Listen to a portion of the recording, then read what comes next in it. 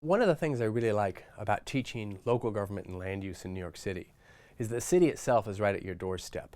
The city officials are happy to come to your classroom, and it gives you a great opportunity to teach real-life problems to the students right during class while the problems are unfolding outside of the class. So in my seminar, Law of New York City, I actually bring in lawyers from the law department and people from city agencies like the Department of Health, and the students argue cases that are just being filed against the city before those officials and lawyers. And it can be very exciting because the cases actually haven't even been briefed yet by anyone else. I've had cases involving taxi cabs, for instance, where we've had the commissioner of the Taxi and Limousine Commission come in with his general counsel and listen to the students and question the students who've been assigned to argue about the taxi of tomorrow and whether it's legal, or whether the portion cap on the size of sugary beverages is something that the Board of Health could impose.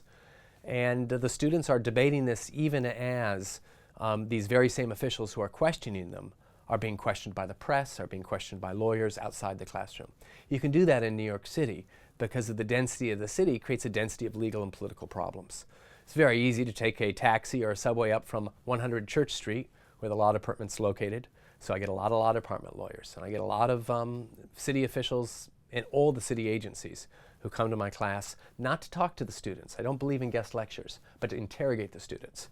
And they interrogate the students as they would interrogate any lawyers, as a judge would interrogate a lawyer during an oral argument, or as a city council person would interrogate a lawyer during a city council hearing.